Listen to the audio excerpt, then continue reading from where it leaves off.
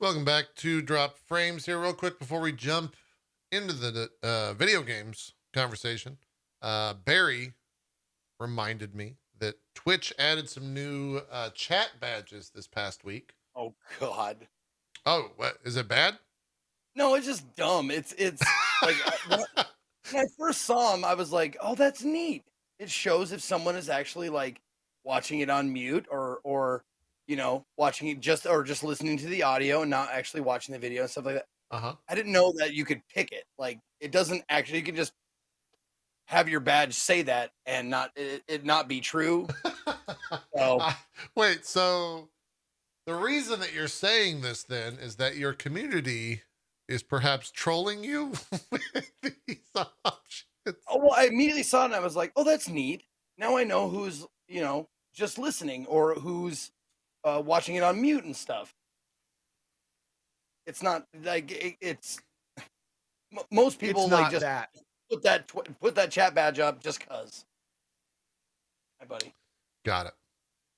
That's weird, dude. I never thought your chat would do you like that. Yeah, I didn't ever think your chat would troll you. That's far-reaching, Listen, really. it's not And I'm just my sorry you chat. gotta I'm I'm sure. sorry you gotta deal with that. Yeah, Look at all the new badges that are popping up in your guys' chat now. I don't see I don't anything. know what you're talking about. I know, right? Yeah, but I have to Zeke, keep talking. I have to do something for a goof. Okay, Okay. I'll keep talking. All right. Okay. So the other day I was in the chat and I saw this badge and I was like, "Oh, that's Anyways, go.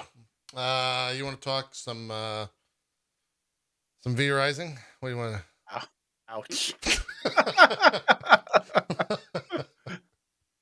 All right, you're unmuted now, Zeke. Sorry, that okay." was it was worth it for the goof. It's Yeah. Yeah, it's kind of for the people that I think this will benefit. It'll be beneficial for us. We're just gonna get trolled by our chats. That's about the bulk of it. I don't really That's see. accurate. Yeah, I don't. It is good for the people that will use it for good. I suppose is the best way to put it. Yeah. They also had a blog post, um, and in said blog post, they talked about what else we're doing. And since I have no idea what Twitch is ever doing, we'll read this because this is the only news I've ever seen Twitch talk about stuff they're doing. It goes and says in early 2022, we began working with accessibility consultants with and without lived experience of the disability to review our application from an accessibility angle. We've reviewed the Creator Stream Manager dashboard on web, mobile apps, and our core UI library. With more audits coming this year, our internal teams are using these reports to improve Twitch's accessibility across the board. We're planning to conduct employee training in web accessibility for tech groups across Twitch, including product managers, designers, UX researchers, and software engineers with a target date of June 2022. We're in the process of establishing partnerships with external accessibility consulting organizations for conducting qualitative user research of Twitch experiences, including people with disabilities. To promote user centered design, we created an annotation library that designers use to communicate accessibility design decisions with developers easily. Started including annotations to communicate heading structure, image alternative text, and page titles as part of our design review process. And we will be expanding the library to include more annotation options. Several accessibility improvements are currently in the works, including making it easier for creators to recognize when their viewers have limited channel experiences so they can make adjustments to their stream. That includes the badges we were just referencing. Reducing the amount of time and effort it takes to navigate the Twitch site using a keyboard. This includes getting to specific sections of the page quickly, cutting down on the number of tab presses or redundant links it takes to get from place to place, making it easier for those using screen readers to participate in chat by providing user preference to alter functionality when the chat window is in focus, and by using skip links that can be used to avoid reading every chat message if the user is ready to send a message. So a lot of accessibility stuff. Um, they included a guide to closed captioning within this blog, which is on an official help. .twitch.tv. Do either of you use that plugin at all? The closed captioning? He does, doesn't he? Yeah. Do I you use use that a too? plugin. It's not. Is it? It's an OBS plugin. Is that what Twitch recommends? I'm trying to see. For broadcasters.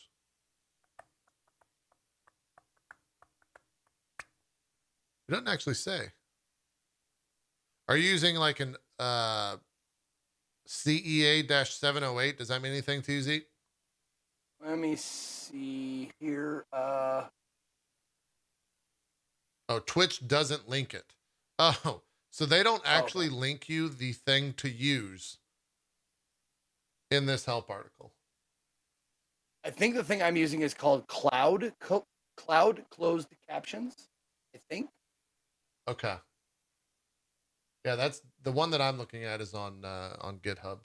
I don't know if that's where you pulled it from. It's an OBS plugin. Somebody just said in chat the Twitch plugin is for pre-recorded broadcast only. Oh. Okay. I'm not sure what that means. But. Got it. I know Anne Ammunition and one of her mods made a closed caption extension. I think that's an OBS plugin. Cool. That is used by a lot of different streamers. Recently posted an interesting, unfortunate tweet on Twitter. Oh yeah, what was that? I don't know what you're referencing. She was trying to watch the Rainbow Six. I think there's a Rainbow Six thing going on. She's huge. She's big into Rainbow Six. Yeah. And she waited. She took a screenshot, 1 of 7 ads to start, and then the second that it was done, it played 9 more. Like it literally went 1 to 7, and she watched all of them so she could watch this thing, and then immediately it started playing 9. So was that pre-roll? Then they ran manual ads or something? No idea. 7 ad pre-roll? Is that normal? It's usually it 1. Seems a lot. Yeah, I've never seen pre-rolls of that level. Yeah. I mean, I know that something I have noticed is that if you run a block of ads and people join at the end of the block of ads, they get the full block. So if you trigger a block, really? until the block is done, it seems like anyone who comes in will get the full block. It's not like not like you run 3 minutes of ad, and if someone comes in at minute 2, they only get a minute of ads. Like it just triggers it for every single person in chat. So the only thing I can think of is maybe they have a huge pre-roll on, and that she just got unlucky and they triggered another block during the huge pre-roll. Yeah. But even then, dude, that should never happen. Yeah. Like that should never happen. Like if you're already watching ads, you should not be able to trigger more ads. That's just I don't know, dude. That seems a bit much. It makes me wonder if, because I know in the past, and when I say past, in the very beginning of Twitch, the only people that were able to run large block of ads were esport organizations. So I wonder if esport organizations have for us, I think all of us have this. I think I have this. When we run ads, we can't run ads after that for a certain amount of time. It's like 7 minutes or 8 minutes or something. So I wonder if for an organization like Ubisoft, they've turned that off to where they could just run however many ads they want. Oh. It could be the case because esports orgs do have different contracts than, say, a normal creator. And they do have different accessibility, or not accessibility, but they do have access to different things that creators do not. So might be the case. Or it might just be that she got absolutely unlucky and it was 7 ads followed by another 9 ads on top of that. Regardless, though, it's like putting yourself in Anne's shoes. I mean, she came to Twitch, and think about like the average viewer perspective. She came to Twitch to watch content and literally is hit with, like, assuming those are 30 seconds ads, that's it's terrible. Quick math, like 7 minutes of ads. Yeah. I'm curious. It's a lot. I'm curious if those streams, because they're different than a normal streamer stream. Does Turbo take care of those or not? Turbo takes care of all ads. Yeah. Turbo is the Twitch sub, so that should be that should take care of all of those. Yeah, theoretically. Okay. Yeah. Turbo works. Okay, people are saying okay. Yeah. Because I've been on Turbo forever, just for that reason. To see ads. Yeah. Crazy. Creators won't often say this, but it's far and away better than a single sub on Twitch. If you watch a lot of channels, Yeah. there's no question Turbo is Just better. get Turbo. Don't sub to a There's single let streamer. me just put it this way. There's a reason most people don't know about Turbo. Yeah.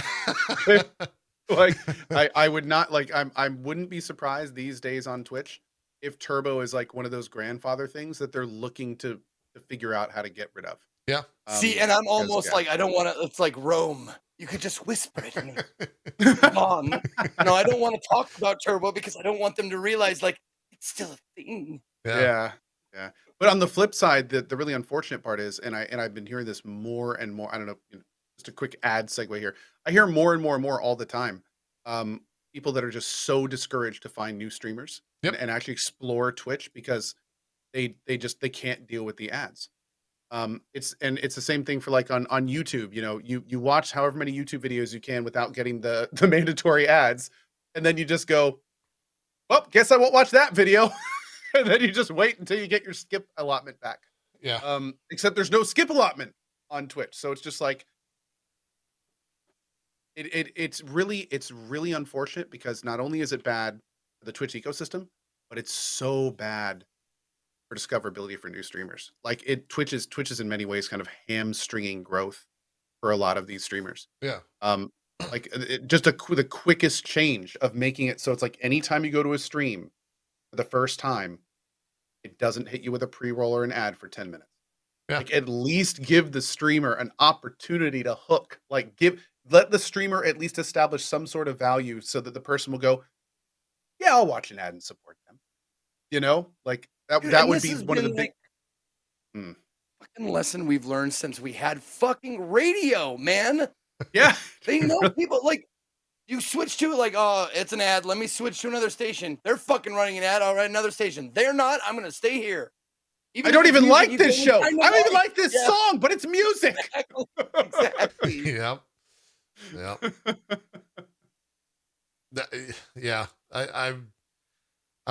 I would hope that there's some data that Twitch has that we don't understand or don't have access to that like, and it might just be that they their side. Yeah, that justifies their side.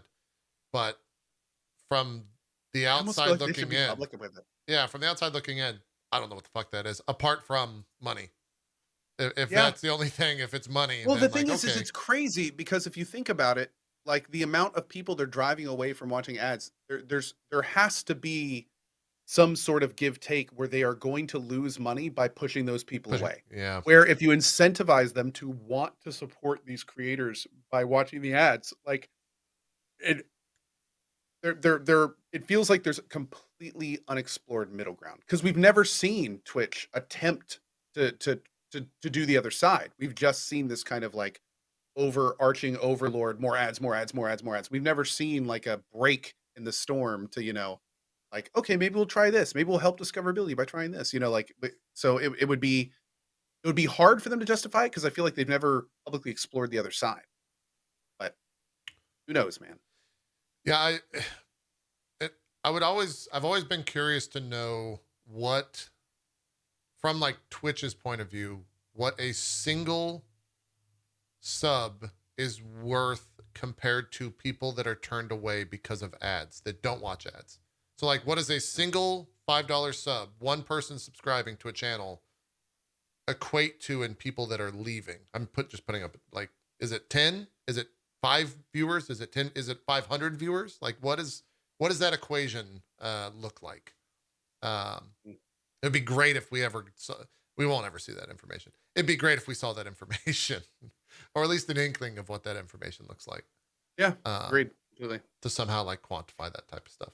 Because then the other option is, oh, I'm just going to install an ad block and no one's going to get we're just going to watch every stream for no ads. Which, of course, yeah. is the worst case scenario for Twitch. That's It's like worst the case worst for everyone. Exactly. Apart from the viewer. Yeah. Apart from the viewer, exactly. Yeah. Now, is it still the case that if you run a certain amount of ads, it takes away the pre-rolls for a certain amount of time? Is that still the thing? Yeah, it's 45 minutes. If you run a set number of ads every hour for 45 minutes, pre-rolls are. Is it still 3 for 45? I think something like that. That sounds right to me. Jesus Christ, that's ungodly. I mean, it's a lot. It's a lot. Like, can we just like a minute an hour? Can we just say that? Can we just do like Well, here's the thing. that'd be more viable, right? Here's the real talk from me is contracts are ending soon. All these streamers that sign contracts, some of them, maybe all of them on the show, have signed contracts to run ads. When those contracts are over, will streamers continue running ads?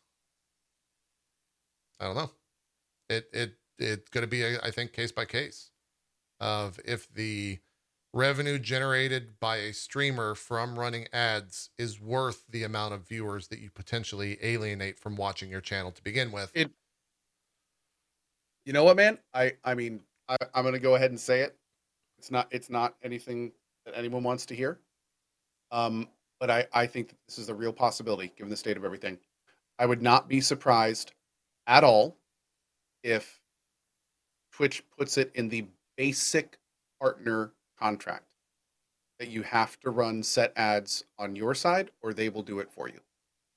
Yeah. I would not be surprised at all to see that change coming, where they're just like, we're just going to stop people paying people to run ads. We're just going to do it. That's probably It's true. our company. We'll do what we want. And so if you want to stream on the platform, if you want to be a partner, well, this is what you do. Yeah, you're probably not wrong.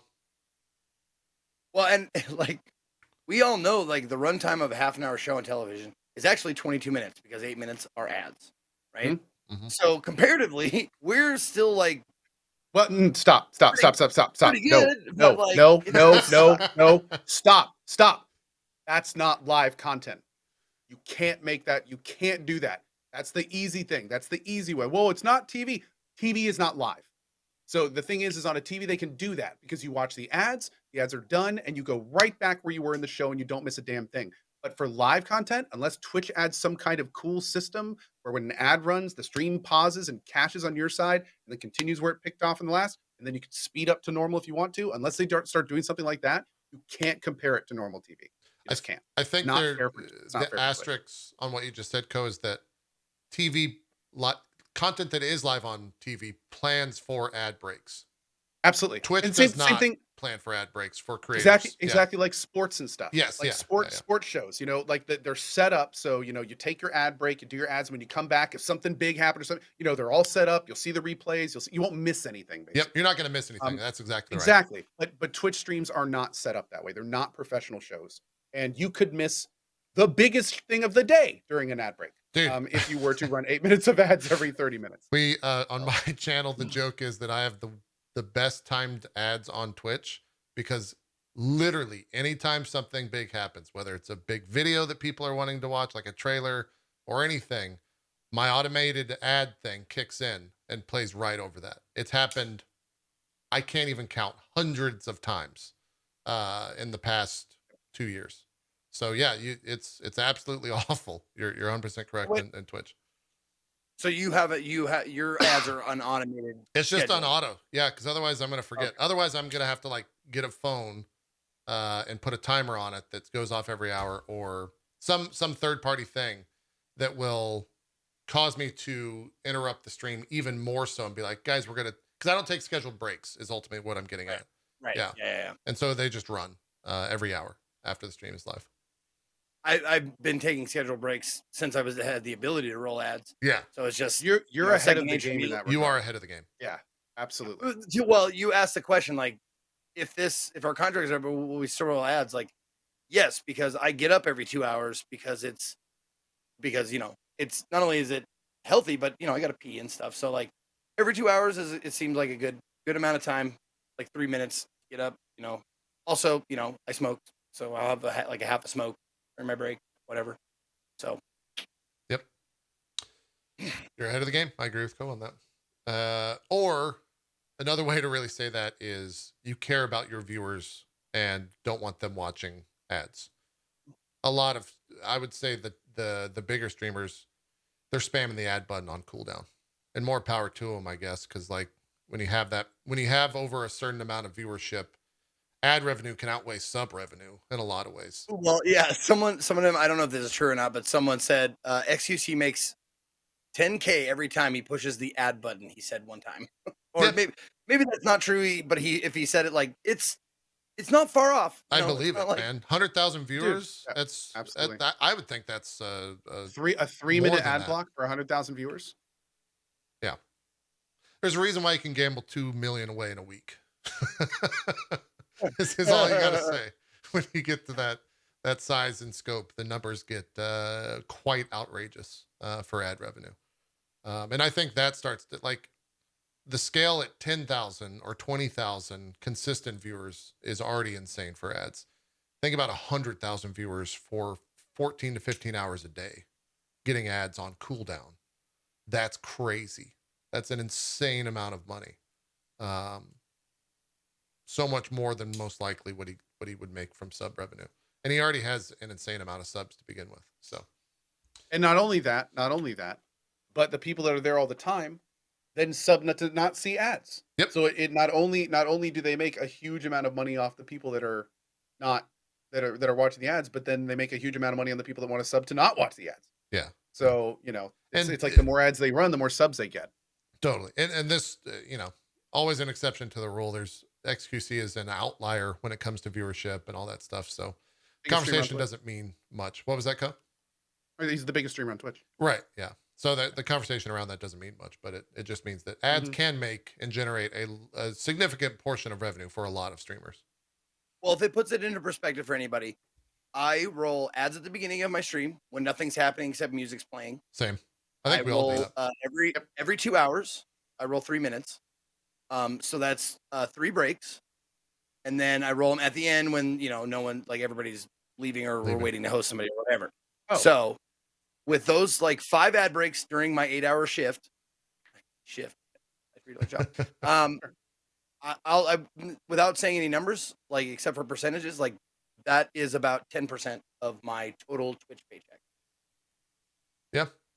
What I get with that. That makes sense. Somebody said the point in my chat, and it is important, especially these days. This point's good. XQC is the biggest English speaking broadcaster on Twitch. True. It's actually like these days more than ever, there are a huge amount of non-English speaking streamers, and sometimes they are absolutely ahead of XQC.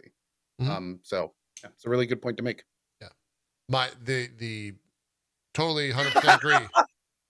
What's that, Zeke? People in my chat, first one went English, the other one went, "He speaks English."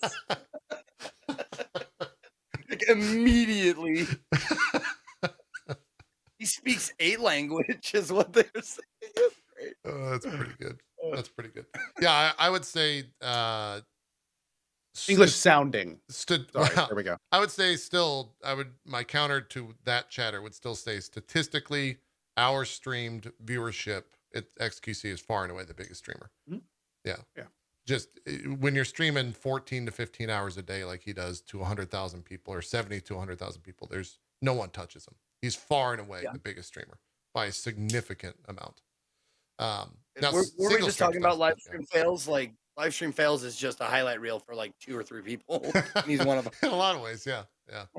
They've built an audience over there. Anyways, Don't worry though, the age of VTubers is upon us. It's only a matter of time. dude, the age of VTubers VTuber is Twitch here. is coming. Oh yes. YouTube is already the age of they're fucking Oh, yeah, massive. dude. It's stupid. Oh god, huge, It's crazy huge. numbers over there. Yeah. Dude, they're VTubers. Like I see all the time VTubers over there with like 50K viewers. Yeah. Just like it's massive, Yeah. just ginormous audiences. I think one of the YouTube VTuber groups, aren't they in like a game or coming to a game? Or they wouldn't be have surprised. skins They in a go- game or dude, something? they have generations like colleges have classes. Yeah. It's kind of wild. Like it's such a cool ecosystem. Like they basically have like they hire a group and it's like that's the class of this year, and then they like debut all of these big YouTubers, and they have like huge like people that come out of nowhere. Like they'll have no following, but because they're one of the selected in this class, then they just become overnight sensations. Yeah. It's like and the whole premise is so incredibly cool because those people could be anyone. Like you never see their faces. I'm sure, mark my words, one of them's an AI by now. There's gotta be a VTuber out there that's just straight up AI. Yeah. Like nothing else. Like it's just a dude behind a camera in his PJs, and all the talking and all the chat interaction is just AI driven. Yeah.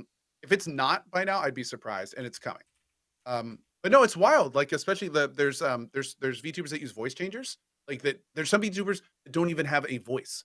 Like they literally will just use like Mutes. They're called mutes.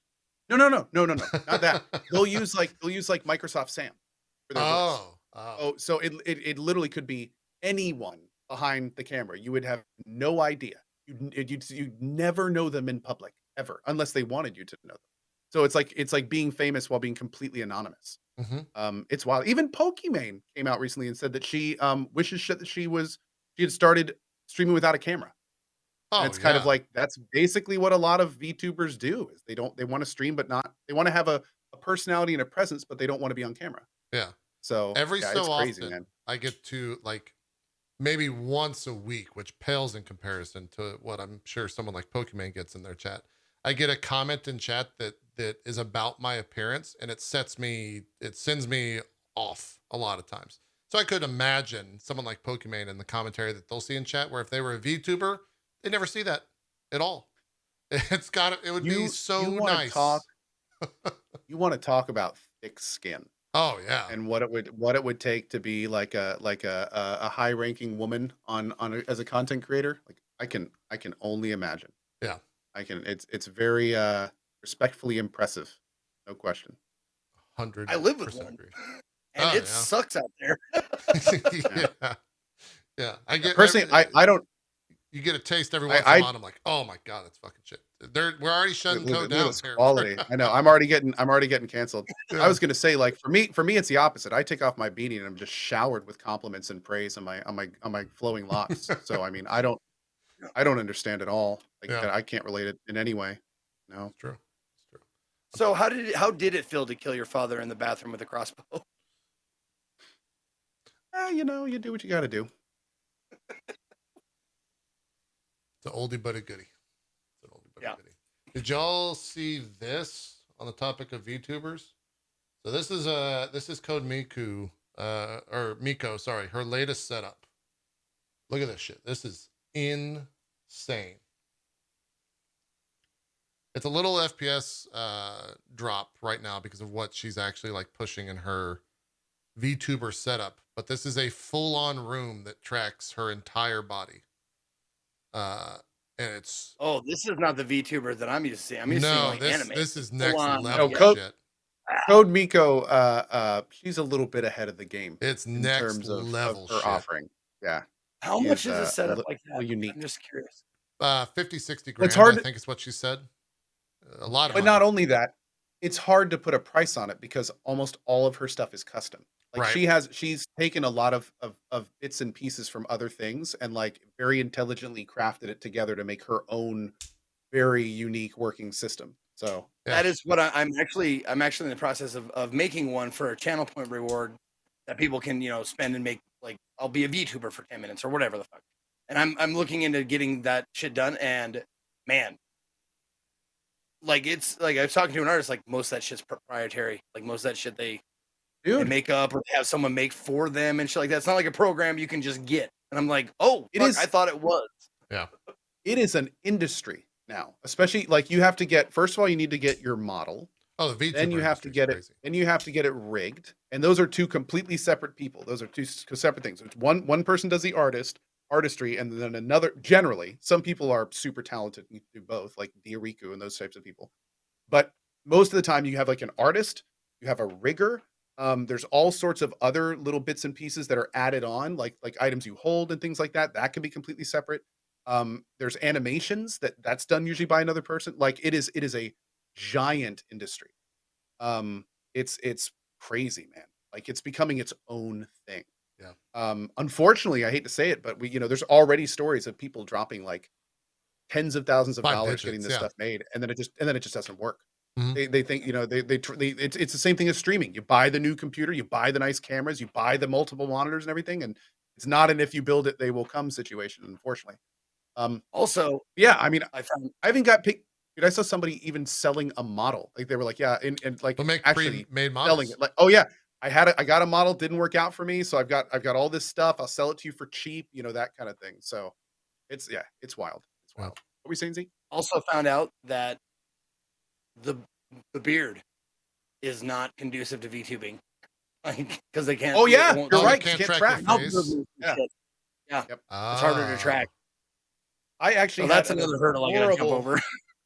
cat girl model that I was gonna do, but I couldn't get the mouth to work properly. Like it will not track. I dyed my beard pink, which they recommend, like Mm. pinker stuff. It doesn't work. I tried the green dots, like tried all of it. I just couldn't get it to work, man. It's a shame. I'm stuck Shame. with this model, and this Yeah. is not that great. Yeah. To say the least. It's true. Anyways, we should probably talk Someone about said I video do a games. good impression of a homeless person, and I want to insult them, but they're not. They're watching it without the sound on. Damn it. Well, I hope you can read my lips. Zeke, you know what they could watch instead? Hit them with some ads. Hit the fucking ad button, Zeke. Send them out Boom! there. 3 minutes. Somebody when it kind of funny, somebody tweeted out at the Twitch thing that was announcing the 2 emotes. Uh-huh. They were like, "Why do you call it watching without video and not just listening?" It's true. Probably an engineer that made that, not a wordsmith. Which is what that Twitter user clearly is. Like that's an interesting way of words. Yeah. Yeah. I'm also listening without audio. Listening without audio, watching without video. It's like, Yeah. oh, Traveling without Okay. moving. Oh my Slow. God. Someone in my chat just had a gigabrain idea. Omega Crits says, instead of timing someone out, have an option to send ads to only that person. dude, no, we've talked about this. Dude, Oh, make it so instead of banning somebody, It just, you just perpetually make them see ads. That's all they do. They come to your channel, you just put them in the adverse. And it's the worst part of Facebook. And it's like they come to the channel, it's just ads, just an endless play of ads. They never get to see the stream, just ads. As far as dude, the eye that can would see. be. Could you imagine if to take that even one step further, if this the idea of like a global ban list, right? That like permeated all Every channels. channel. And so if you went and just gave it to this one person and they only saw ads, it would be like the normal everyday experience on twitch.tv. You know what I'm saying? It was a long-winded joke there. We Ooh. got there. We got there in the That end. was good, but we got there. We got there in the end. It's good. We got there. Let's talk some video games. V Rising. I could just imagine the guy writing the email to Twitch tech support. I have watched 712 ads, and this is ridiculous. dude, man, they should do that on every platform. Like on Twitter, instead of blocking someone, Just give them ads. just give them ads every time they want to see your chat. Like, I want this person to only see ads. And then after 5 minutes of ads, then they can fucking reply to me. No. Then they get to watch for 15 seconds and then another block. Yeah. So you can set the time between the endless blocks of ads. Yeah, they have just a little window in between ads. It's like, shit, I didn't get it all out. God, that'd be great. I'd be super into it. Let's get it coded here, Twitch. V Rising. Let's talk a little bit about it. I spent 50 hours in this game, and I've done it all. I think Ko, you might be further along than that. I'm not sure. Zeke, how many hours you got in the game total? Oh, not many. Not many. Okay. No, it says 9, but it's like it's been on the entire stream. Yeah. Because I just loaded up my grinder with Sure. with rocks and just like let it play. Yep. So it's like probably real time 6 hours of my own time. Yeah. Yeah. But hell of a game. My intro to this is I generally despise maybe strong. I generally don't play survival games. I have always just shied away from them. I feel like once you've played one, you've kind of played them all. They kind of all do the same thing. For me, the reason that V Rising stands out amongst the sea of survival games is that the combat is so incredibly good. And the boss fights are designed around that combat. And much later in the game, even the beginning ones are pretty well designed, but some of the end game fights are so well done. all of that wrapped up in the fact that this is an early access title and it's $20. For me, this is like one of the best games I've played in a very, very long time. I truly have very strong feelings about how good this game is after finishing all the fights. And the fact there's more to come is just mind boggling to me. They have on, if you look on the full map, there's like an image of another zone at the very end of A big of zone stuff. too. Yeah, and so they're It's already like it's planning to add. literally the size of one of the second biggest end-game zones. Yep. It's they do so many smart things. There's so many systems in this game that are slowly introduced to the player, both from like the crafting perspective and also just enemies you encounter and obstacles you have to overcome, like garlic or silver damage or holy damage and all that stuff. And the ways that you do that uh, alongside the character growth or the base growth, it doesn't really become an annoyance. It just becomes another fun thing that you have to consider. So I'm completely enamored with this game. Could not recommend it enough. If you solo or groups, I played first 60 or 70% solo. Had a great time. Me and Sacriel clanned up after that because we were on the same server. We duoed the rest of the content in the game. Had an absolute blast with both aspects of it. No, I played no PvP. I've only heard great things about PvP. Chris actually restarted the game today after 50 hours on a PvP only full loot server. After doing everything. After doing everything in the game, yeah. And when I saw that, I thought, damn, that does sound fun. So that you know, they've got something going on with this game. It's absolutely, it's great. $20 is worth it. That's all I have to say on it. I dominated at least the start of this and maybe most of the conversation because I said a lot. But Zeke, you played one day of it. You're playing off stream with it because of your relationship with Valheim, and I think that's a name that a lot of people for this game invokes a comparison, right? Sure. What is it for you that's like? Is it just the Valheim-ness of this game, or what's captured you to continue playing off stream? It's definitely one of those games that I liked because there's always something to do. Like it's never I've never like sat there and like even when I was like sitting there waiting for Stone to like be created or whatever, like I didn't make another stone grinder because like I just left that one going and went out and did other shit and then come back and do all this kind of stuff. There's always like 5 or 6 things that need doing. And if you are looking for something to do, you just go to that one. Now, bear in mind, I've only played like 6 total hours on it, but like if you're ever wondering what to do, like in the early game, I'm guessing you just go to the altar and say like, that guy needs killing. Like, okay, let's go get that guy. Like my grinder's grinding, my wood shop's wooding. I'm gonna go kill somebody and then come on back. Yeah, yeah, And then I'll finish building wood shit. shop's And I come back. wooding. yeah. Yeah. And the best part about that is you get rewarded for going to do that with more stuff to do. Like you unlock things by killing the boss.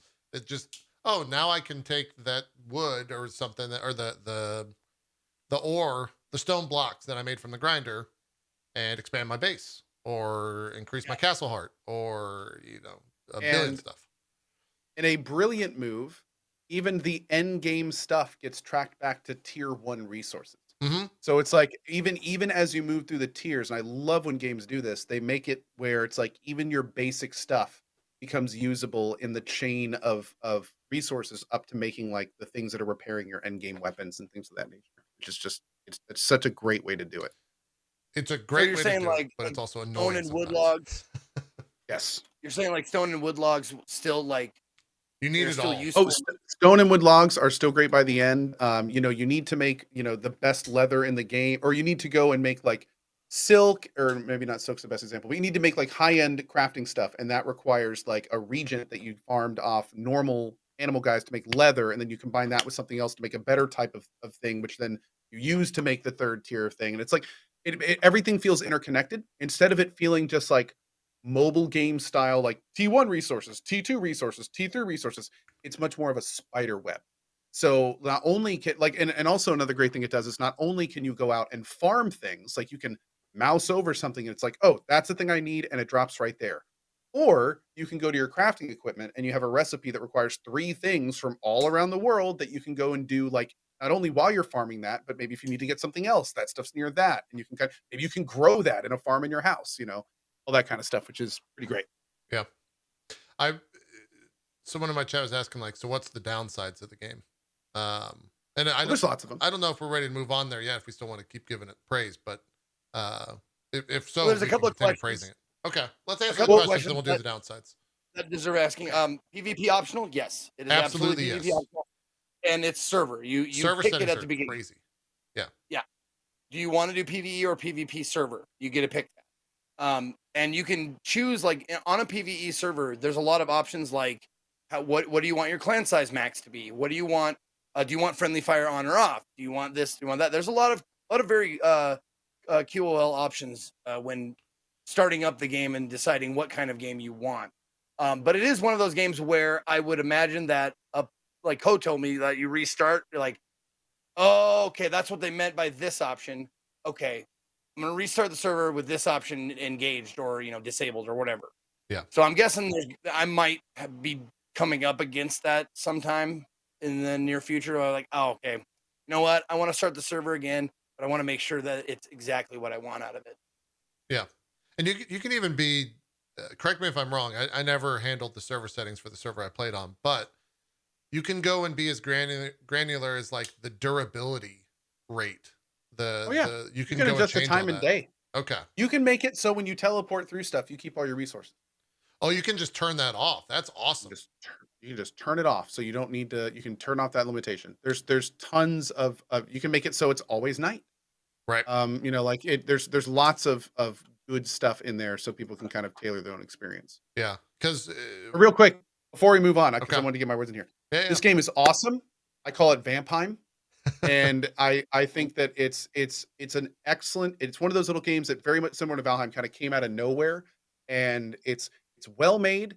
It's relatively bug free. It's fantastic in terms of what it offers for early access, not only in the quality but also in the sheer amount that's there. The build system is really cool. I'm a builder. I love building in games like this, and the system is easy. It's intuitive, and most of the time, 90% of the time, I will not punish you for making mistakes.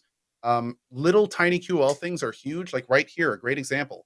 Terraria, I'm pretty sure to this day, you want to move a chest somewhere, you got to empty it first. You got to delete that chest. You got to put a new one down. Then you got to load that shit all back in. This was That shit. awesome. Oh yeah, like this kind of stuff, like being able to just like you can move things while they're producing, and it will just keep the timer going, which is phenomenal. It seems little, but for people that move around their base and are constantly changing things, that's a huge deal. That's a lot of fun, and it's really great. So being able to replace things instantly, you put down a wall, you might want to make it a window, just pop it down. You put a whole thing of flooring down, you got a new floor you want to put in that room to make it so everything works better. Just overlay the new floor on top of it. It's very very cool. On top of that, like you said, JP, the combat is great. That's the thing that really separates this game from Valheim for me. Like I I agree. loved Valheim and it was great, but the Valheim combat was relatively brain dead. I really hope they kind of make it a little bit better in the future. This game, on the other hand, I felt was like almost a combat game with all that other stuff wrapped around it. Especially when you start factoring in the different skills that you can get and how that all unlocks and how they synergize and how some are better with other people and whole nine yards. So the bosses are actually relatively interesting and unique.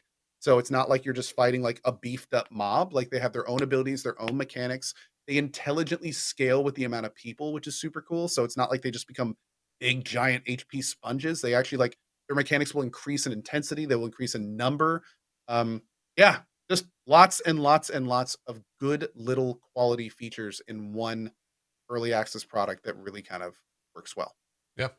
Um, Out of curiosity, Right. did you guys make? I don't know if you probably way better at these games than I am, but did you make the mistake of making your first building like at the fucking bottom of the map, first chance you got, and then you're like, Yeah.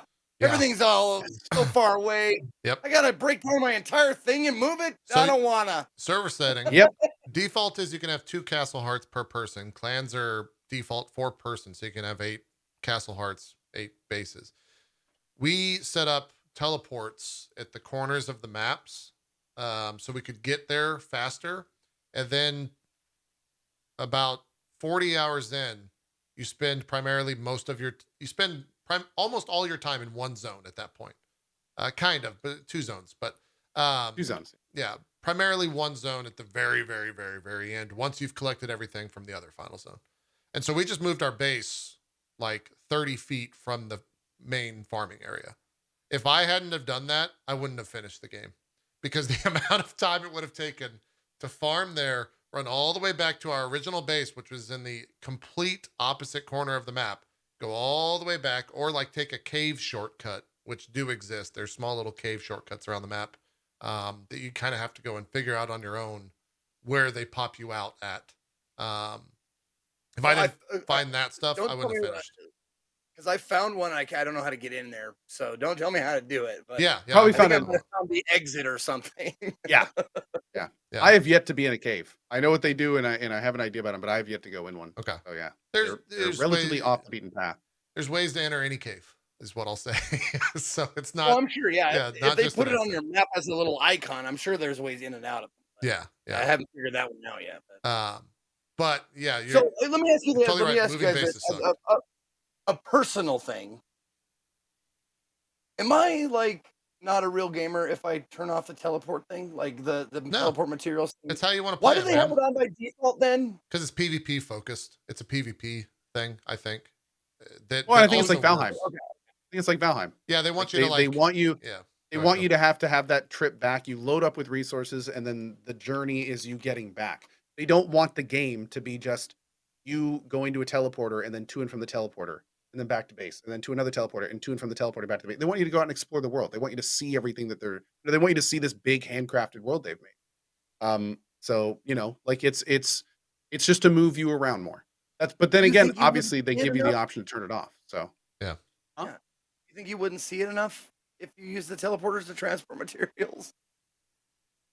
I don't know. There's also a lot of risk to it, especially in the last area. Yeah. There's a lot of things Well, that can really screw you up. So And so it's PvP, I think, limitation is a that better you put on answer. yourself, though. Like, I'm struggling with this. I'm having an inner struggle right now with this. just going turn like, it off. Fuck it. Turn it off. Here's the reason why you're struggling that. Because play it like they wanted you to play it. No. The reason you're struggling like that is because you stream and have assholes in chat that will tell you like, "Oh, you're not a real gamer." Fuck that. Play the game how you want to play the game. At the end of the day, Yes. remove that Also, bias from your brain because it does not matter. Those people will never let's see just you be- in person. Their opinion is zero. Well, more importantly, and I mean, this is the thing we really have to consider here. I mean, nobody considers you a real gamer anyway. So it really doesn't matter what you That's do as also long as you're true. having fun. You know? Because I mean, that's a completely moot point. That's like it's a flawed argument from the offset. Yeah. That's So a good point. you're fine.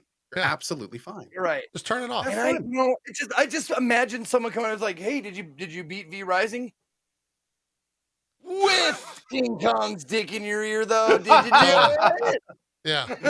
I'm like, I did. No, seriously. I did. Just turn it off. Zeke, a good way to think of like the real gamer argument is there's even if you disabled it, right? Like I have it disabled because I like it that way. Even if you have it disabled, there's always going to be that person. Oh, you're not playing on a PvP server? Yep. You're not playing against other people while you're doing that? Dude, yes. Like it doesn't matter how hard you make it in PvE. Like it's a PvP game. I did that same shit. Just have fun, man. Who cares? I had the same Who cares? conversation with one of the things in the game, and that was that the people that we were playing with on our server would like Zerg boss fights. Zerg boss fights is they would just have like 4 people or 8 people fight a boss, and it would kind of like diminish the boss fight in my eyes. And their response was, "Shut the fuck up. We're playing how we want to play." And I said, "You're right. That's the correct response. Thank you." So I can have whatever thought I have about this. They can just tell me shut the fuck up. They're enjoying the game however they want to. And that's something that I try. Like I try. Bosses to respawn remember, literally in 5 minutes. Who cares? Yeah. That's something that I try to remember. Like it's a knee jerk thing. You know, when you see someone playing a game that you struggled with because of a certain setting or a certain whatever restraint or something, and you see them doing it like, oh, it's only easy because just. Yeah. I hate that shit. And I do that shit. I feel like you need to add more party mouth noises when you do that. But, yeah. So I got to talk like Tasmanian devil. Exactly. That's right. Yeah. It just reminded me of that weird side note. That's that South Park episode where they're all listening to the young music and it just like and and it's just all farts. Like, It's good. Yeah, that's good. is Randy Marsh's Steamy Ray Vaughan? He's like, Yeah. It's really good. It's really good. I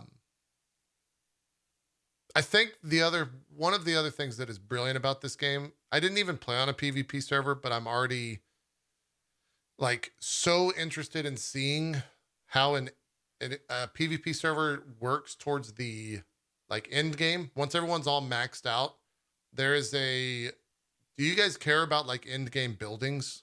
Do I need to talk around what that? Vaguely. Okay, If something is really, really cool or interesting or like shocking, then I probably don't want to know about it. Okay, I'll talk about it. You yell at me if I start to spoil stuff. Let's do that.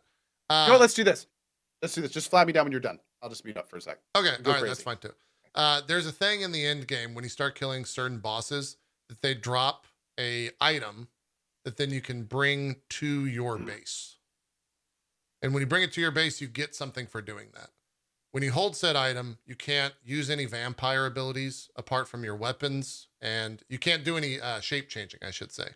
And so on a PvP server, the default setting is that only one of the 3 versions of these things can exist. And so then it becomes like a castle raiding game or a base raiding game. And I'm so interested to see what that looks like and how that plays out on those types of servers, because that general idea comes from Dark Age of Camelot, an MMO from a long, long fucking time ago. And it's one of my favorite games of all time. And it's one of my favorite aspects of the game that I've never seen implemented in anything else.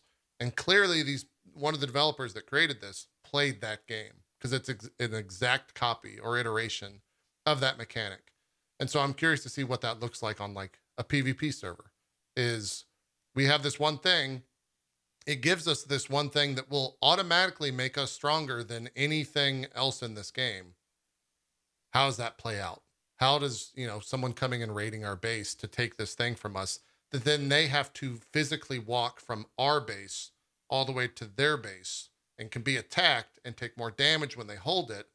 How's that play out? It's got to be incredible.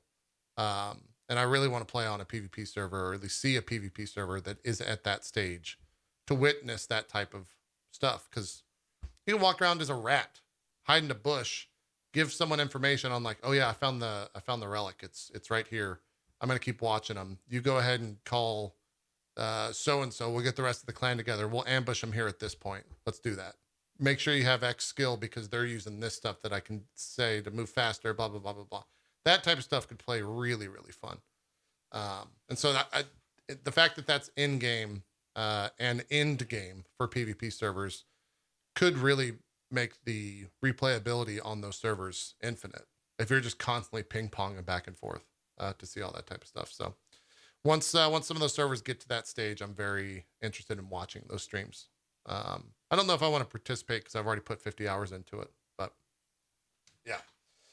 Anyways, are we good? Zeke, you have anything done? Okay. Yeah, we'll bring Code back. Yeah. Yes. Okay, we good? Yep. Yeah, we're good. Great. Yeah. I think I might, if I end up playing this game for many hours, I think I might take it the same way you did. And because I'm on a PvE, just do that. And then if I'm feeling saucy, if I'm feeling like, like a too big for my britches, I might just go onto a PvP server, create a PvP character or whatever, and just get my my doo-doo pushed in for a little bit, and then maybe I'll quit the game forever. Yeah, charming term. Yeah. Yeah. The other thing, I don't, Co, you're on a community server. I don't know if you have VoIP enabled. No, you can't on community servers. It has to be a public server for you to actually do that. Which you is can't kind password of it. How does that work? Because we had no, you can't put a VoIP on a private server. There's no VoIP. Strippin had VoIP.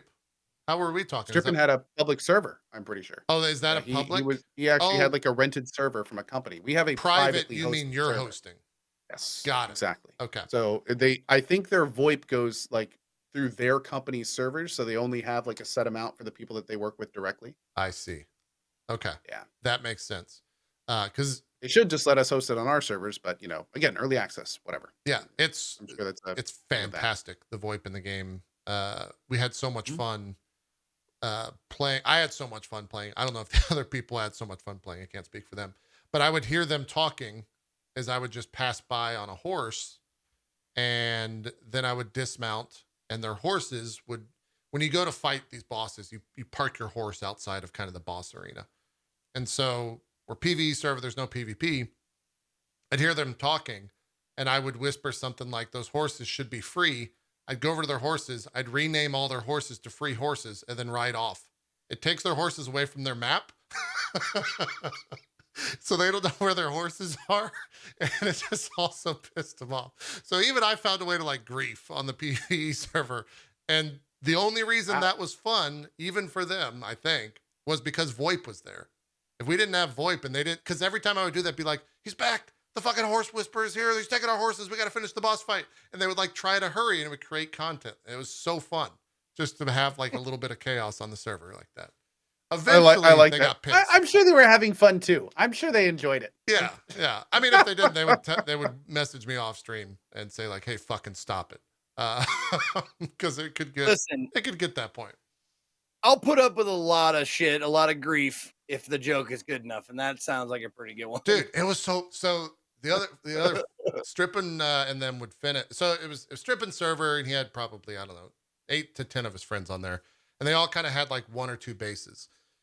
On PV servers, you can break fences, but it's really hard to break a wall of a base. And they kept all their horses in the fenced area of their base. And so they logged off for the night. There was like 8 or 9 horses in their front gate. And on a horse, when you dismount, you shoot up in the air. And if you angle it correctly, you can jump a fence.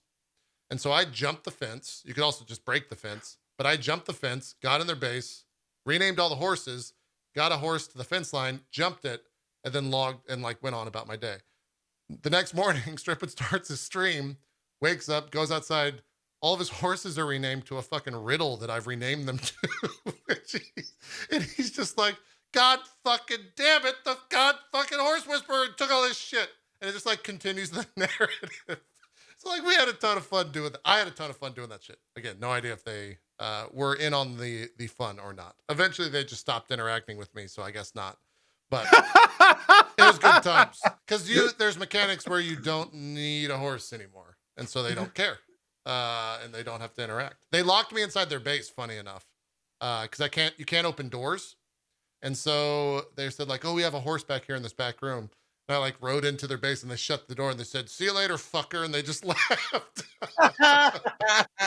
And so I was stuck in their base. I had to like RP my way out. Now, RP your way out. That's the best choice. But can you like unstuck from that? Because there's not unstuck command, right? I don't know. There is an unstuck command, but I don't know.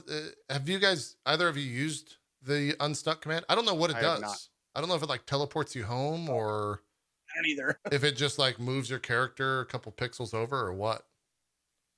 Oh, chat saying it kills you. It drops all of your gear and kills you. That's true. Oh wow. Okay. Got I it. like it. Okay. Unstuck has a Unstuck you from this different mortal coil, apparently. Yeah. oh, shit. Yeah. Where are these devs from? Like I don't want to like Yeah. go to that country and be like, oh, I'm stuck. Like, what? You're dead? Yeah. It's true. Translation. Curious what you guys think about the itemization in the game. If there needs to be any like variability to it or just more weapons. There's 5 or 6 base weapons at the moment. Like they're kind of stock. I was really jazzed when I saw the scythe because I was like, oh, we're going to get a bunch of different types of weapons. This is cool. And then unfortunately it fell back to just like items being just the same it's that same itemization that I don't like in multiplayer games like Destiny or something like that, where it's just like, just have one item that's just a little bit more strong and then a little bit more strong and a little bit more strong. But at the base, it's, at the end of the day, it's just the same exact thing. Would have been cool. And I hope they do add like actual named weapons, like rare drop name weapons that you can go out and like farm in the world would be super cool, or bait or craft. There are, like maybe there's one that I know of. I have seen, everyone I've seen was like a named thing that dropped that you could craft, but it ended up just being like of a tier thing. There's maybe one I don't think weapon. I've seen any actually. There's one big but one. the differences are like so minor that it's not even worth saying. Like it needs to be more unique. Like Have a drop Yep. that's like a super crazy drop that's better than everything else, but it's super rare. Like that's the type of stuff I think would be really cool. Yeah. Agreed. That's Agreed. farmable. That Mhm. would be great. But right now, you always have to go back to like this game is still early access, even though Mhm. it's. Is it safe to say it's like one of the best games to release in that state in recent history? I'm trying to think of other games that would. It definitely feels like it's a pretty much finished game in a lot of ways. Yeah, Like there's a lot of things about this game that feel done. Um, which these days is great. So yeah. yeah. Compared to a lot of the most 99% of the other stuff that comes out in quote early access, this is like I guess feature complete is a way to. It feels feature complete. Yeah, we'll have to see. Like they haven't released a roadmap or anything, have they? No, we haven't. I haven't seen anything from them. Just I'm curious to see what their plans are for the game. Like yeah, obviously it's not done. So what exactly is what does done look like for this game in their mind? yeah. Be interesting to see. I the other thing too is you look at it gets nonstop comparisons to Valheim for good reasons. What does their update situation look comparatively, right? Because Valheim, fantastic game. Update's been, I think it's safe to say, slow Dude, at they this point. literally sold the game. It basically got as much possible like positive press as it could. And then to their credit, they were super upfront with it, but they were like, you know what? We're just gonna take a break. We're gonna slow things down and we're gonna enjoy the success and we are going to just yeah, we're gonna take a while. And they are, and that's fine. Like they were upfront with the community, they were doing it. More power to them. They had a breakout hit. But yeah, this is a more practice dev team than the Valheim guys. Sure. They've had attempts that worked and they know what works and what doesn't work. So it will be interesting to see like if they really capitalize on that. Yeah. Um, I'm curious for you guys because you both played Valheim to completion, to the end, to whatever the end game is, right? Like the highest tiers Mhm. of farming. Um, Yeah. is it similar to what this end game is? Because part of it, there was a part of me that if I wasn't playing with Sacriel, the end game farming would like the next stage from where you're at right here, Co. It gets very laborious. Like we're talking like old school MMO farming hours to progress. At least for me and Chris, it was. Is it similar in Valheim uh, or comparable in Valheim? Valheim is much more of a standard pace throughout the whole thing, where this one seems like it kind of ramps up towards the end from what I've seen. I am still very much enjoying the grind in this game and the speed at which it's happening and everything. I'm having a good time with it. I will say that there's a reason that I call this game Vampime. And funny enough, I've had some discussions with chat because there's some people that are like, "This is nothing like Valheim. Why would you ever say something like that?" And I'm like, "Well, here's the thing. I would say this game is just like Valheim, just like I would say this game is just like Terraria." Hmm. And the reason being is you have these devs that are making these big open worlds. I mean, yeah, Valheim is procedural, but this is a big handcrafted world, still similar. Your goal is there's not really any quests or anything like that, but your goal is essentially to kill bosses and work through tiers of gear while exploring and farming and crafting your way up. And that's just kind of like that's the game. That's the point of the game. The point of the game is to farm. The point of the game is to kill every boss you can. Mhm. Like that's what you do in these games. I feel like there's a name for this genre that hasn't really been made yet. Like because there's also a lot of variance in taking that gameplay loop and putting it in different styles of games. You've got the side scroller version in Terraria. You've got the third person in Valheim. You've got the ARPG version of this game. They're all kind of the same game when it comes to the loop. They all play completely differently. So they for this game and Valheim, I get very similar feelings. I get that feeling of I have a goal that I want to do, and I will just do whatever I need to do to get there. This game makes it very intuitive and easy with the blood altar. So you know exactly what you need to do, you know exactly how to get to them, and you know exactly what it's going to unlock so you can keep moving your crafting forward and you can get there. So Valheim was a little looser in that regard. Like you kind of you knew there were things out there to do, but it's more of kind of the discovery of finding out what they are and then how to summon them in some cases or deal with them. And you know, it's a procedural world, so there's no real guidance in any way on where you have to go. So it was a different feeling, but at the end of the day, it was a similar loop. Okay. Got it. And I will say, like I said, it's much more of like a flat line with Valheim. You're always farming in Valheim, where this game is very much more of like as you get towards end game, it's clear that not only has the content become harder, but what you need has become more intensive to get. Got it. Yeah, that makes sense. The the end game grind essentially broke down to be about 2 hours of Chris staying in one area and me going from our base, which was 10 seconds away from said area. And unless you build in that area, it was 10 seconds. If you build somewhere else, if you're still using your quote original Are you talking about base, schematics? yeah, that's one of the end game grinds. Yeah, Golden okay. golden jewelry Yeah. is the other one. Yeah. Because I've been working on those things. Yep. both of those take a significant amount of time. Schematics probably more so than the other, and schematics is another system that maybe I'm not the biggest fan of. They should Did add. you have a paper mill? Yeah, even then, it's not Did. the paper Yeah. mill thing for schematics. We found isn't worth it. It's better just to go farm Mm. because you can get 3 schematics from a single mob that you kill in 10 seconds. Whereas the paper mills, it's supplemental. It's additional stuff. So you should definitely set it up. But we just let Chris farm for an hour and a half. I'd run in, 5 second run back to our base, craft everything, go back, pick stuff up from Chris. We just did that for about an hour and a half. If you're running from I that base back or that camp, that farming camp, back to your base, that's an additional 3 to 4 minutes every single time. That's what I'm dealing with. And I would have quit the game. It would have been so riding your horse in this area sucks. I just stopped riding your horse because that mob. Oh no, we'll see if we pass by it. Those mobs that just shot you, the riflemen, they're fucking sharpshooters, man. They are the best. They're shrouds. They're mini shrouds.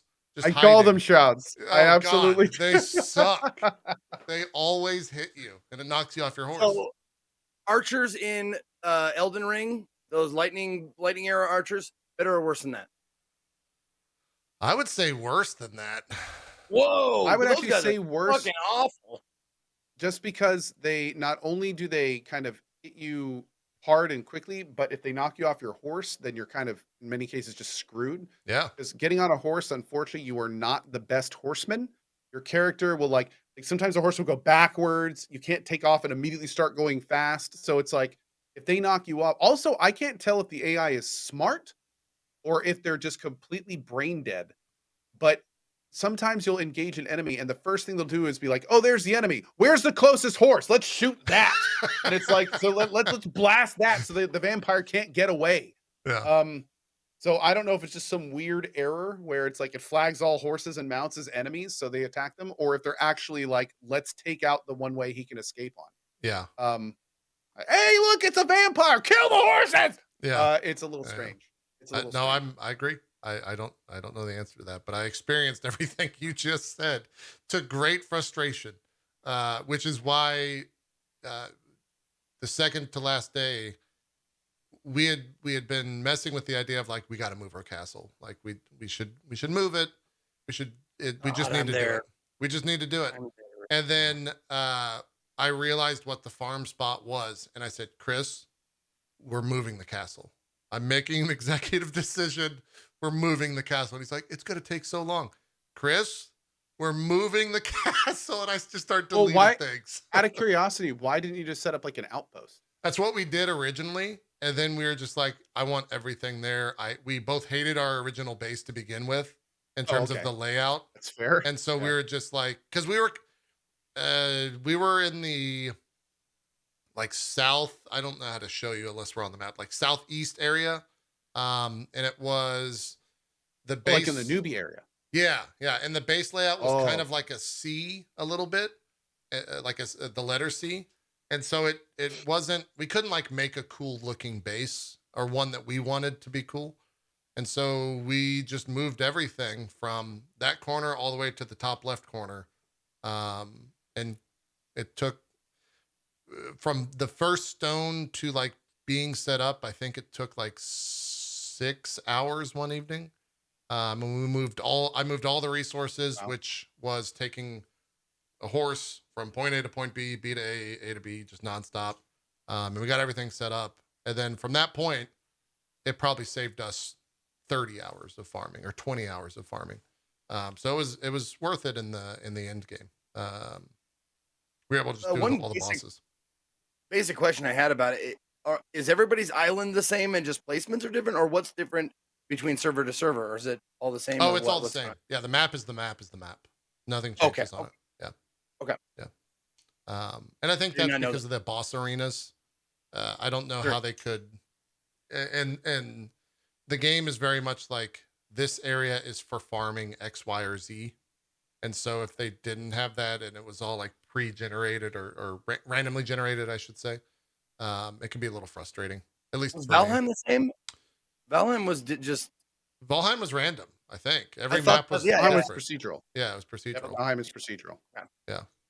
Um, I think it would also be fun to have a server setting to where everyone spawns in. I don't know, like, I guess the end game would, or the question would be, what's the goal of it? But it'd be fun if everyone could spawn in, have max gear, have max everything, have all the powers, and it's just like a PvP fight. But at that point, I guess there's no So a goal. VR? Yeah, I guess it would be a BR ultimately. And funny enough, I guess it would be the game they've already made called Battle Right that they no longer make. Oh, yeah. Right. So, Chad's saying you can make a server with that, so maybe it's already in the server options. I've not seen the server options, but maybe you can just set that up. That'd be really fun if it was if it Speaking of tracks kills or something. That'd be cool. Speaking of options, I thought it was kind of cool, like because I think it was a glitch or a known error or something like that, where your clan size gets pushed from 4 to 1 if you select something or go back, like when you're doing your server setup or whatever. Yeah. It was just a known error, and then you open up the uh I think it's the INI file, and then you just see like all the shit. You're like, you could just change all that shit right there. It's crazy, like That's all local how server. They make it real easy. Cool. yeah, local server stuff. Make Yeah, it it was real the app data stuff. Yeah, that's awesome that that's in there. Yeah. And it's also one of those things where it's like, again, this very strange for an early access game to release with that type of granular availability to go in there and change things like clan size or durability, uh, how quick your gear deteriorates or everything. It's great. The fact all that's in there, and it's $20. I can't keep saying that enough. Like this is all $20, and you can get if you're just looking to kill all the bosses at a fairly efficient rate. It was 50 hours of gameplay for me, and that's with a pretty like my base was not pretty. Our base was designed with efficiency and sake, or in mind. So if you want to make a pretty base, they have a billion options to do it. You can change floor, you can change Oh, yeah. wallpaper, you can change Tons Tons of of just stuff. items that are there for decoration. They have lanterns. statues, they have Yeah. fountains, they have outdoor areas, they've got wallpaper, tons of wallpapers, they've got different types of carpeting, they've got like it's sconces and torches. Like I've been spending a lot of time just building my castle, and it's been a lot of fun. It's Yeah. been really Yeah. I did carpet because you get 15% run speed. So I had carpet to all the like important things. So I could get around faster in the base. And then I had no idea that carpet added run speed. Yep, it gives you the tooltip says 15% run speed on carpet. So it's important for me. It was important for me to just have that in like the crafter area all around. Then we had a jail area, and you could really spend some time if you want to, going around. We didn't even talk about the blood system. The blood system is kind of a different spec that you can go and find by random mobs in the game, and they have a percentage. Based on the percentage, it unlocks more attributes that you get for your character. The jail system in the game is much later on, but you can go and charm 100% mob, which are very rare, bring them back to your base, put them in a jail, and then you don't have to go and find them ever again. They just exist in your jail as long as you keep them fed and all that stuff. And we had 2 people towards the end that we were constantly feeding in jails. But you could get everything, and it just You another could thing. collect them all. You could collect them all, and it would just make it, even crazier. Because 100% mob or even a 90% mob, I don't know if you guys have gotten it before. It's crazy. It is Dude, insane. 100%. I'll say it right now. Most broken thing in this game is 100% scholar mob. Yep, that's what It Sakura was, and it was is broken. insane. Like it makes it so your skills cost less. It makes it so your damage is like nearly doubled. Like it is so freaking and good. and it makes it so you Yeah. get free cast. It just like Yep. ignores the idea that you just casted a spell and you can cast it all over again. So your It's damage incredible. skyrockets with that. Mhm. We had a 98% brute, and the brute's kind of the melee equivalent of a scholar, a little bit, not exactly, but it also gives you a +1 to your gear, your overall gear score, and so that's like quote how you get the highest gear or whatever. Highest gear score in the game is by having a brute buff at 85, or maybe it's 7. I forget what the actual number was. Doesn't matter.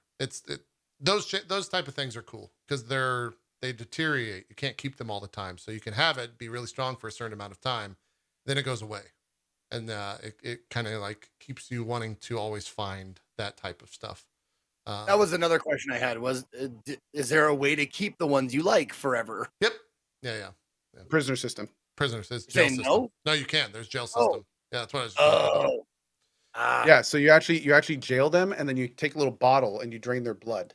It's kind And of you can drink fucked. the bottle of it's completely screwed up. Apparently, Yeah. there's like a misery thing. You have to Yep, they balance get their misery. You and- have to feed them fish Yeah. to keep their misery down, or you just feed I them rats to keep their I health. cannot wait to do that. It's gonna be just like my mod dungeon that I keep my mods in. So I'm pretty excited to bring everything I've learned into my video game realm. Yeah. Just want to farm some cock-a-doodie iron. There you go. Someone in my chat says vampires are evil, by the way. I don't know. They're kind of nice. No, you know? I mean, not. There's always exceptions to the rule. Yeah. Come on now, don't be a vampist. Yeah. Anyways, and that's it. In classic drop frames fashion, we talked about a game on an episode. So maybe next week we'll talk about 2 games. Who could say? Who could record. really? Well, I mean, this was huge this week. Like It was a big everybody, game. Came out of nowhere. almost everybody I knew at least played it a little or played it a lot. So it warrants a lot of talking about. Yeah. How fast was Valheim like an overnight success? Was it like millions of players overnight? Do you guys recall how fast It that took a game few blew up? days. It I did? think it released, and then people had to see how amazing it was, and then it just kind of ramped up and up and up over time. Okay. Yeah, I'm It wondering. was over. Yeah, I'm wondering when this will click. Like, I mean, it's already done Yeah, fantastic. it already did 500K, man. Like Yeah, it's already yeah. clicking. It's already clicking. I guess I have a soft spot for the devs because they have put out so many games that have just kind of floundered, even though they were pretty well-made games. They just never found an audience. And maybe that's another thing that we didn't discuss, where there was a lot of pushback when this initially came out, and it still might be there, of people that were just like, yeah, fuck these devs. They pretty much just stopped updating a game after it came out and moved on to the next thing. I'll never buy anything they ever make again, which, more And power to you. honestly, yeah, that's understandable. Yeah. I mean, it's the same thing. That's the same people that say they're never going to buy No Man's Sky. The same people that say, I'm never going to trust CDPR again. Like that's, if a company makes that decision, that's what they run. That's what they risk in doing that. Mhm. And it's up to it's an individual basis if people think that company deserves a second chance, and it's totally okay if people decide that they don't. I mean, Have they ever answered the critics? you about burn that? bridges. Like, Sometimes they don't get rebuilt. What was that? have they ever mentioned that to the public, saying like give a reason, like this is why we did it, man? I think they just said they were moving on. I never saw it. I didn't get into the whole aspect of it. I was just like, this game V Rising looks cool. I wasn't a part of that community. I didn't get burned. I don't want to get burned. All right. I didn't don't hear care. anything about Yeah. that until just now. I don't know the full But- story of it all, to be honest. It'd be nice if it I was don't like, either. I never played it. if there was at least like a mea culpa, like, yeah, this was a better idea, so we went with this. Sorry. Yeah. Yeah. Something like that. the hell is going on with these rugs, Co? You're off by like 1 pixel. Oh, it's off Yeah, again. What the fuck? No. Here's I'm fixing it now. Basically, I tried to do it based off an endpoint, and then I put an endpoint down wrong, and then built the whole carpet off that endpoint. So what I did this time was I centered it and then rebuilt the whole thing based off that. Yeah. Got it. So, this is It's me off rebuilding my again. throne room. No. I'm fixing it. I'm fixing it. My throne room now is definitely a lot bigger. I'm currently like I just at this point unlocked the ability to the final lead altar unlocked. So I'm able to finally expand out to make like a prison and a proper crypt and stuff like that. So that's what I'm going to be working on tonight and tomorrow and all that stuff. So I've been having a hugely fun time with the building of this game. It's very fun for creative builders. So Oh yeah. very Valheim-esque, and I'm hoping we one day get like a Z access. I'd love to go underground and do some cool like underground dungeons and maybe a second floor and things like that. Yeah. One thing that I liked about One this day. game is that they give you it's a mission thing that to build. Like I get a reward. You know, like Yeah. in most games building, like I'll build the basic shit that I need and then just forget about building and just, wander around in the world and do stuff. But in this one, it's like they give you rewards for building, and that's what I wanted, I think, out Yep. of Valheim. Like there are certain things you get out of building in Valheim, but it's not like mission necessary. You know, like I didn't have to I played that game to completion with wood, like a wood structure. I didn't build stone or anything like that. I left that, to the lady. She liked building and stuff for no reason. I needed a reason, and I'm glad they give you one. Yep. Yeah. The reward that everything you do in this game has a reward, and they're all useful, and it all feels great, and it just everything about it is great. So I had a fantastic time. I agree. with it. Unfortunately, I have to go. Yeah, we're done. I'm, We're I'm on 6 minutes dinner over. tonight. Yeah. Here's some shout outs so you can get out of here early. Okay. Thank you all so much for being here. My name is Ko. If I haven't met you, hi, nice to meet you. Probably V Rising for at least another couple days. We also have Vampire the Masquerade Swan Song around the corner. Going to be checking that out. We're also going to be checking out the 1.0 release of Keplerth, which is a RimWorld Terraria style game, kind of like V Rising, funny enough, except I'd say a little bit more indie oriented. It's still a lot of fun. We played the early access version. I played enough to know that I really want to do a full playthrough, so we're going to be starting that up soon. And then as we go into the next month, we've got a lot of other games, including probably some oldies. Maybe we're going to be checking out Xenoblade Chronicles Definitive Edition, maybe Dragon Age Origins. Still trying to figure out what we're going to do, but hope to see you there for it. And as always, you can find me here or on YouTube at youtube.com/GoCarnage. Thanks as always, and see you next week. Cool. See you then, Zeke. Do some shout outs. I'm out of here. Yep. We'll see Bye, you later. guys. Co. Bye. I go. Thank you guys for watching. Thank you guys for tuning in. Thank you to Ko and JP for being my co-hosts every week. My name is Ezekiel III. You can find me at /Ezekiel_II on Twitch, Twitter, and YouTube. Ezekiel III, all spelled out on Instagram and TikTok. There's a link with my link tree in my chat if you want to follow those things. I am off. This is the start of my weekend, so I will be off the rest of the day and on Monday. But I will be back on Tuesday because I am going to be checking out the Fury DLC. Fury, F-U-R-I. I will be checking out the DLC for that because I love that game and I love that soundtrack. And I'm just hoping that there's more music, more bosses, more of everything that I loved about Fury. So that's what I'm doing on Tuesday. Wednesday, I'm not sure. Thursday, I've got a 100-month sub appreciation game called Last Campfire. That's what's coming up for me. So thank you very much for watching, and I'll see you some other time. Awesome stuff. Hi, tomorrow, MCU crew. What are we doing? We'll be watching the She-Hulk trailer, and I think the Miss Marvel trailer also had a new one, so we'll be reacting to that with the crew. This is Ollie right here. He's fading away into obscurity back in the background, much like... No, I'm not going to go there. I'm not going to have the British self-deprecating humor.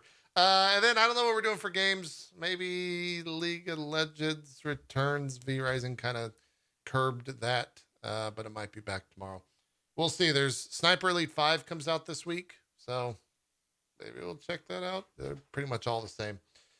Kind of coasting along till whatever the next big game is. So that is that. Hopefully we'll see you back here for more dropped frames. What, Ollie? Zeke, we have full control over Coast Channel right now. We could do anything, or we could just end the show. Let me get out my butt. Hold on. Wait, Zeke, no. Zeke, stop. Don't do it. It's not worth it. Let me go offline on our channels. And then we'll just Would they Sounds good. ban us or would they ban Co? If you went offline on our channels and we did it just on his channel, I bet that he would get a Dr. Lupo ban, meaning like he'd be banned for 10 days, but only like really like 12 hours. I mean, I'm trying to think back in all the like LSF drama stuff. They banned the channel, but not the user, even if it wasn't their channel. I feel like that would be that's like a never before. Twitch that's unexplored territory for Twitch in terms of moderating. For science, should we do it? For science, yeah, let's do it. No, we're out here. We'll be back next week for more drop. No, put the shirt down. We'll be back next week. More drop frames. Thanks for watching. And then, of course, June, we've got the Summer Game Fest week with all of our content for that. So we'll see you for all that. Have a good one. Bye-bye.